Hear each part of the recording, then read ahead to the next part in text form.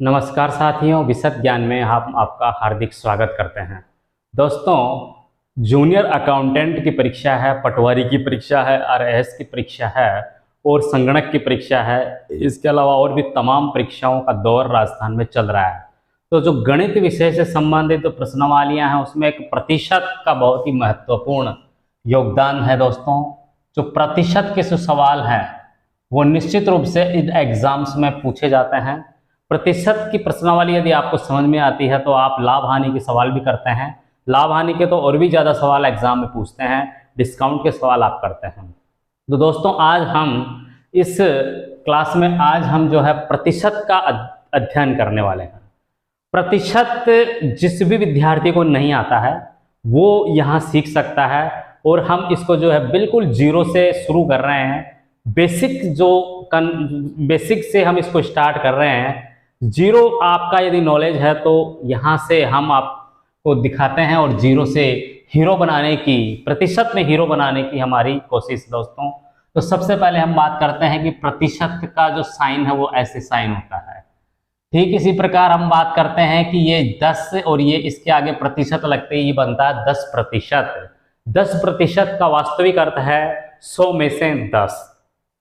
ठीक इसी प्रकार जैसे कहें कि 20%, तो 20% का मतलब है कि 100 में से 20% की भागीदारी है। जैसे कि थोड़ी देर के लिए हम कल्पना करें कि 20% जो है इसका वास्तविक अर्थ क्या होता है। 20 100 में से, यानी 100 में से 20। कई बार क्या होता है कि जैसे हम किसी एग्जाम होता है और उसमें से जो हमारा जो परीक्षक होते हैं वो एग्जाम कॉपी चेक करते हैं और हमने जो है उसमें से 20 अंक प्राप्त किए हैं, तो वो कैसे लिखते हैं 100 में से 20। ये लिखने की स्टाइल है, 100 में से 20 यानी 20% अंक हुआ। दोस्तों, तो एक चीज और क्लियर करना चाह रहे हैं कि एग्जाम होता है और हमारा जब मार्कशीट आती है, रिजल्ट आता है, तो हमें उसमें देखने को मिलता है कि उसमें हमने जो है 80% अंक क्या किए गए हैं, प्राप्त किए हैं। तो इसका मतलब क्या हो गया, 80% अंक का मतलब क्या हुआ दोस्तों, हमने 100 में से जो है 80 अंक प्राप्त किए। यदि हमारा पूरा जो परीक्षा थी, जैसे कि 5 सब्जेक्ट हैं, हिंदी, अंग्रेजी, बायोलॉजी है, फिजिक्स है, केमिस्ट्री है, 5 सब्जेक्ट हैं और प्रत्येक जो है 100 नंबर की परीक्षा हुई, तो कुल 500 अंक हुए। तो हमें क्या देखने को मिलेगा कि 80%, प्रतिशत का मतलब है 80 किसी में से 100 में से, और कुल पूर्णांक कितना है 500। तो देखो 2 0 से 2 0 कैंसिल और 80 को मल्टीप्लाई 5 से करेंगे तो 400 अंक, यानी हमने जो है 400 अंक प्राप्त किए हैं। किसमें से प्राप्त किए हैं, 500 अंकों में से हमने 400 अंक प्राप्त किए हैं।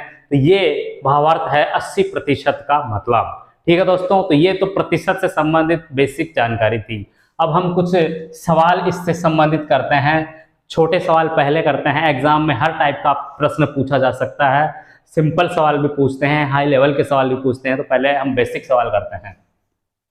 जैसे कि पहला सवाल है कि 8 10 का कितना प्रतिशत है।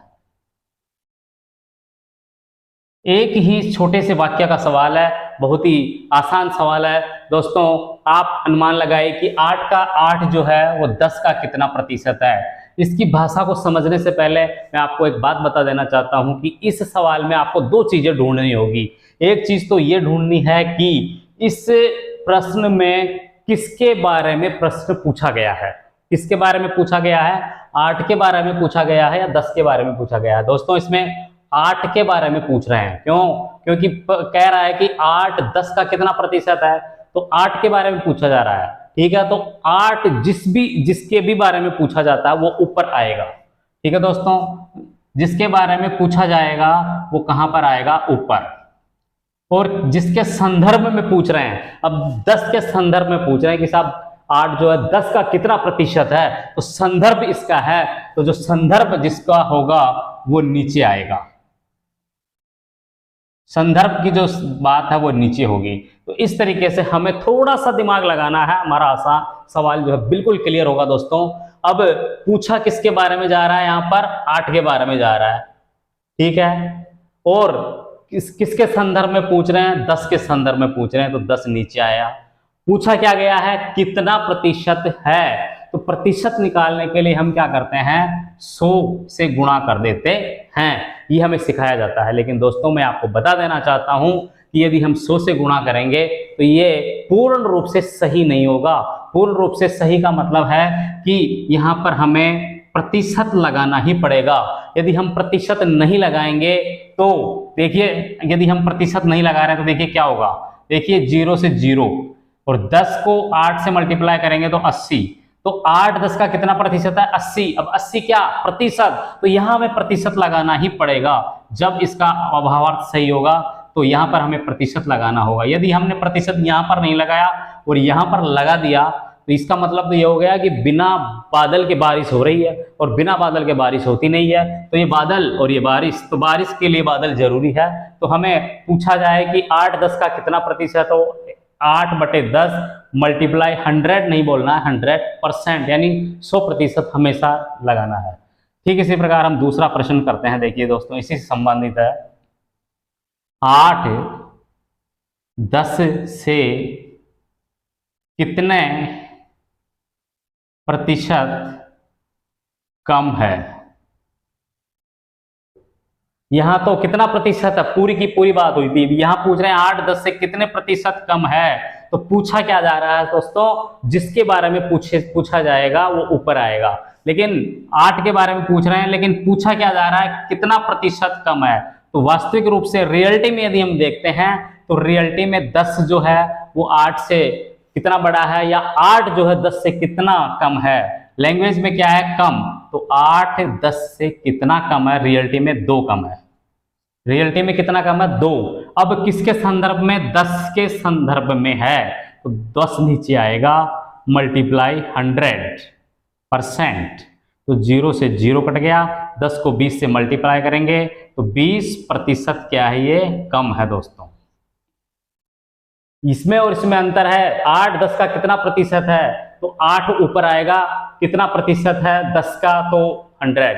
अब 8 10 से कितने परसेंट कम है? तो रियलिटी में 8 10 से कितना कम है? 2 कम है। और किसके संदर्भ में? 10 के संदर्भ में। तो ये 20% कम हो गया। ठीक इसी संबंधित हम तीसरा सवाल देखते हैं। यहाँ पर देखिए दोस्तों, आपके जो थोड़ा कंफ्यूजन है और क्लियर होएगा। देखिए इसी सवाल को हम देखते हैं कि 10 8 से कितना प्रतिशत अधिक है। 8 जो है 10 से कितना प्रतिशत अधिक है। अब रियलिटी में जो 10 है वो 8 से कितना बड़ा है, कितना अधिक है? 2 अधिक है।